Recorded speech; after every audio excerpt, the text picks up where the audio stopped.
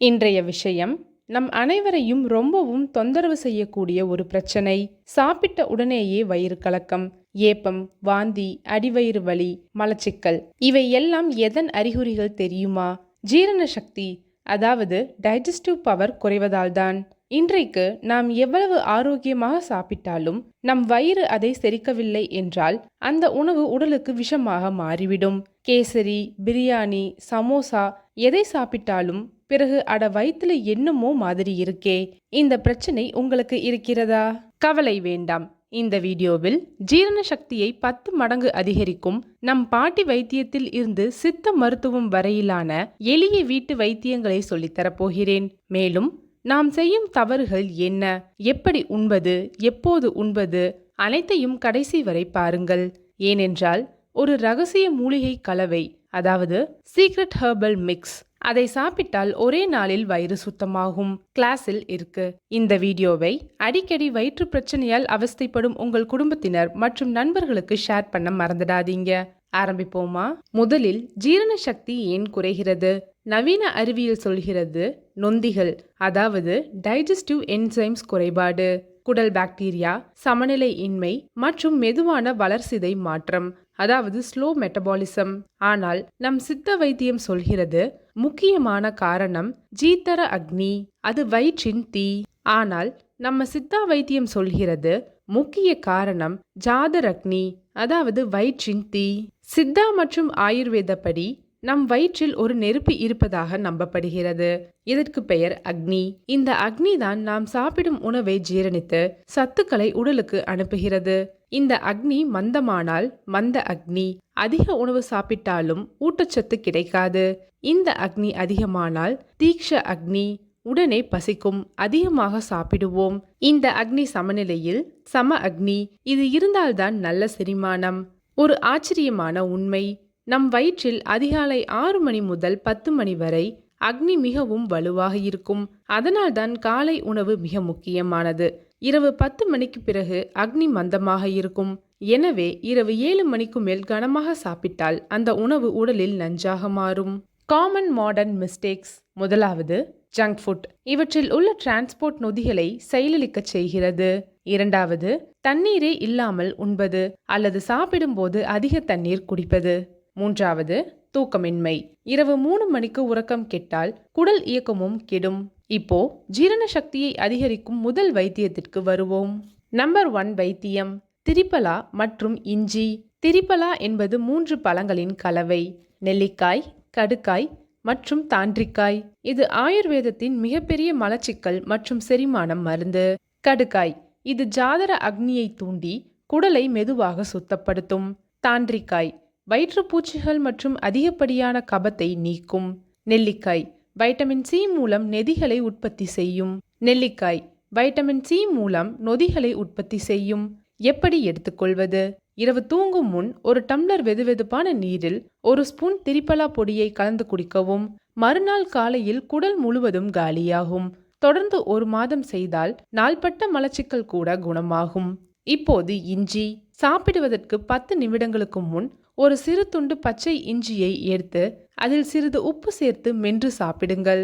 அல்லது இஞ்சியில் உள்ள ஜிஞ்சரோல் மற்றும் ஷோகோல், இவை வயிற்றின் அக்னியை உடனடியாக பற்ற வைக்கும். கனமான உணவுகளுக்கு முன்னும் பின்னும் இஞ்சி சாப்பிடுவது மிகவும் நல்லது. சித்தா மருத்துவ நூலான தேராஞ்சேரி படி இஞ்சியை உணவுக்கு முன் சாப்பிடுவது வாதம் மற்றும் கப கோஷத்தை குறைத்து பித்த கோஷத்தை சமன்படுத்துகிறது. இதனால்தான் காலையில் இஞ்சி தேநீர் குடிப்பவர்களுக்கு ஒருபோதும் வயிற்றுப்புண் ஏற்படாது. நம்பர் 2 வைத்தியம், ஓமம் மற்றும் ஜீரகம். வயிறு உப்புவது, அதாவது ப்ளோட்டிங், அமிலத்தன்மை, அசிடிட்டி, ஏப்பம், பர்பிங், இவற்றுக்கு ஒரே ஷார்ட் தீர்வு இதுதான். ஓமம், இதில் தைமால் கிருமிநாசினி உள்ளது. இது வயிற்றில் உள்ள பாக்டீரியாக்களை கொன்று வாயு உற்பத்தியை நிறுத்தும். சீரகம், இது நொதிகளை தூண்டி உணவு விரைவில் உடைக்க உதவும். ரெசிபி 1, ஓமம் மற்றும் சீரகம் தண்ணீர். 1 டீஸ்பூன் ஓமம், 1 டீஸ்பூன் சீரகம் 2 கிளாஸ் தண்ணீரில் போட்டு நன்றாக கொதிக்க விடவும். பாதியாக 1 கிளாஸாக சுண்டியதும் வடிகட்டி அந்த தண்ணீரை வெதுவெதுப்பாக காலை மற்றும் மாலை உணவிற்கு பின் குடிக்கவும். ரெசிபி 2, ஓமப்பொடி, அதாவது சாப்பிடுவதற்கு ஓமத்தை வறுத்து பொடியாக்கி அதில் சிறிது பெருங்காயம், பிளஸ் உப்பு கலந்து வைத்துக் கொள்ளுங்கள். சாப்பிட்டு முடித்த 10 நிமிடங்களில் அரை டீஸ்பூன் இந்த பொடியை நாக்கில் வைத்து தண்ணீருடன் விழுங்குங்கள். உடனடியாக பிரச்சனை குறையும். உங்களுக்கு தெரியுமா, ஓமத்தை இரவு தண்ணீரில் ஊற வைத்து மறுநாள் காலையில் அந்த தண்ணீரை குடித்தால் சிறுநீர் கால்வாய் தொற்று உள்ளிட்ட பிரச்சனைகள் கூட குணமாகும். ஓமம் வயிற்றில் மட்டுமல்ல, முழு உடலின் அக்னியையும் கட்டுக்குள் வைக்கிறது. வார்னிங்: கர்ப்பிணி பெண்கள் இந்த ஓமப்பொடியை அதிகம் பயன்படுத்துவதற்கு முன் மருத்துவரை அணுக வேண்டும். இதுவரை மருந்துகளை பார்த்தோம், ஆனால் ஜீரண சக்தியை முழுமையாக அளிக்கும் நம் அன்றாட பழக்கங்களை முதலில் மாற்ற வேண்டும். சித்தா சொல்லும் 5 விதிகள், அதாவது உணவு முறை. முதலாவது, டிவி மொபைலை பார்த்து கொண்டே சாப்பிடாதீர்கள். இது உங்கள் மூளையை திசை திருப்பி ஃபைட் ஆர் ஃப்ளைட் ரெஸ்பான்ஸை தூண்டும். அப்போது நொதி உற்பத்தியே நிற்கும். வெறும் வாயில் உணவு செல்லும், ஆனால் ஜீரணமோ ஆகாது. இரண்டாவது, மெதுவாக மென்று சாப்பிடுங்கள். உங்கள் உமிழ்நீரில் ஏமிலேஸ் என்னும் நொதி இருக்கிறது. ஒவ்வொரு கடியையும் 20 முறை மென்று சாப்பிட்டால் வயிற்றில் வேலை 50% குறையும். இதுதான் உணவு சிலாக்கியம். மூன்றாவது, சாப்பிட்ட உடனே படுக்கக்கூடாது. உணவுக்கு பிறகு குறைந்தது 30-40 நிமிடங்கள் நடந்து வர்ஜாசனா மண்டியிட்டு உட்கார்ந்த நிலை இருங்கள். வர்ஜாசனம் செரிமானத்திற்கு மிக சிறந்த யோகாசனம். நான்காவது, உணவுக்கு இடையில் தண்ணீர் குடிக்க வேண்டாம். சாப்பிடும் போது தண்ணீர் குடித்தால் அது அக்னியை நீர்த்து போக செய்யும். உணவுக்கு 1 மணி நேரத்துக்கு முன்னும் பின்னும் தண்ணீர் குடிப்பது நல்லது. ஐந்தாவது, சாப்பிட்டு முடித்து 1 டம்ளர் வெதுவெதுப்பான நீர். இரவு உணவிற்கு பிறகு இதை செய்தால் கொழுப்பு செரிமானம் எளிதாகும். ஒரு ஆராய்ச்சியின்படி மெதுவாக மென்று சாப்பிடும் பழக்கம் உள்ளவர்களுக்கு விரைவாக சாப்பிடுபவர்களை விட 30% அதிக சத்து உறிஞ்சப்படுகிறது. மேலும் அதிகமாக சாப்பிடும் பழக்கம் 70% குறைகிறது. இதோ இப்போ சொல்ல போகும் ரகசியம். இது நூற்றாண்டுகள் பழமையான திரிபலா கிருதம். ஆனால் வீட்டிலேயே எளிமையாக செய்யலாம். இது வெறும் செரிமானத்திற்கு மட்டுமல்ல, முழு உடலின் நோய் எதிர்ப்பு சக்தி அதிகரிக்கவும் உதவும். தேவையான பொருட்கள்: நெய் 2 டேபிள் ஸ்பூன், நெய் ஜீரணத்தை தூண்டும். திரிபலா பொடி 1 டேபிள் ஸ்பூன், தேன் 1 டேபிள் ஸ்பூன், ஏலக்காய் பொடி அரை டீஸ்பூன். இது வாயு நீக்கி. எப்படி செய்வது? ஒரு சிறு வானிலையில் நெய்யை லேசாக சூடாக்கி அதில் திரிபலா பொடியை போட்டு 1 நிமிடம் வதக்கவும். ஆறியதும் தேன் மற்றும் ஏலக்காய் சேர்க்கவும். இந்த கலவையை காலையில் வெறும் வயிற்றில் 1 டீஸ்பூன் நக்கி சாப்பிடவும். இதை 1 வாரம் தொடர்ந்து செய்து பாருங்கள். உங்கள் பசி அதிகரிப்பதையும் வயிறு லேசாக இருப்பதையும் மலச்சிக்கல் முற்றிலும் மறைந்து போவதையும் அனுபவிப்பீர்கள். Y key? ஆச்சரியமான உண்மை, நெய் ஜீரணம் ஆவதற்கு புட்டிரேட் என்னும் கொழுப்பு அமிலத்தை உற்பத்தி செய்கிறது. இது குடல் சுவரில் உள்ள ஆழ்ச்சியை குறைத்து உணவு உறிஞ்சுதலை 40% வரை அதிகரிக்கும். எனவே நெய் சாப்பிடக்கூடாது என்பது தவறான கருத்து. சரியான அளவில் நெய் மிக அவசியம். ஜீரண சக்தியை மந்தமாக்கும் முக்கியமான 3 பொருட்களை தவிருங்கள். முதலாவது, குளிர்பானங்கள் மற்றும் ஐஸ் தண்ணீர். குளிர்ச்சியானது அக்னியை அணைத்துவிடும். வயிற்றில் நெருப்பு இல்லை என்றால் உணவு 3 நாட்கள் குடலில் தங்கி நொந்திக்கும். அதுதான் அமிலத்தன்மைக்கு முக்கிய காரணம்.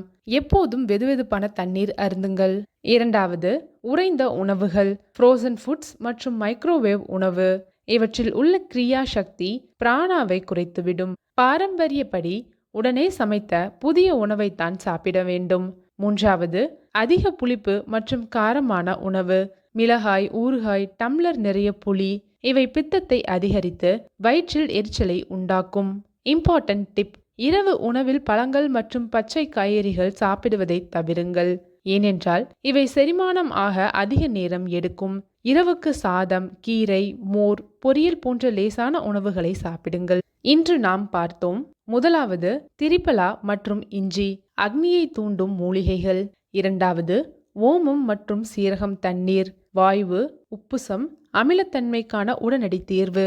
மூன்றாவது, உணவு விதிகள், மெதுவாக மென்று சாப்பிடுதல், சாப்பிட்ட பின் நடந்தல். நான்காவது, ரகசிய திரிபலா நெய், 1 வாரத்தில் குடலை முழுமையாக சுத்தம் செய்யும் மருத்துவம். ஐந்தாவது, எதை தவிர்க்க வேண்டும்? குளிர்பானம், ஐஸ், உறைந்த உணவு. இதில் உங்களுக்கு எந்த வீட்டு வைத்தியம் அதிகம் பிடித்திருந்தது? கமெண்டில் சொல்லுங்கள். ஜீரண கோளாறால் அவஸ்தைப்படும் உங்கள் குடும்பத்தில் யாருக்காவது இந்த வீடியோவை ஷேர் பண்ணுங்கள்.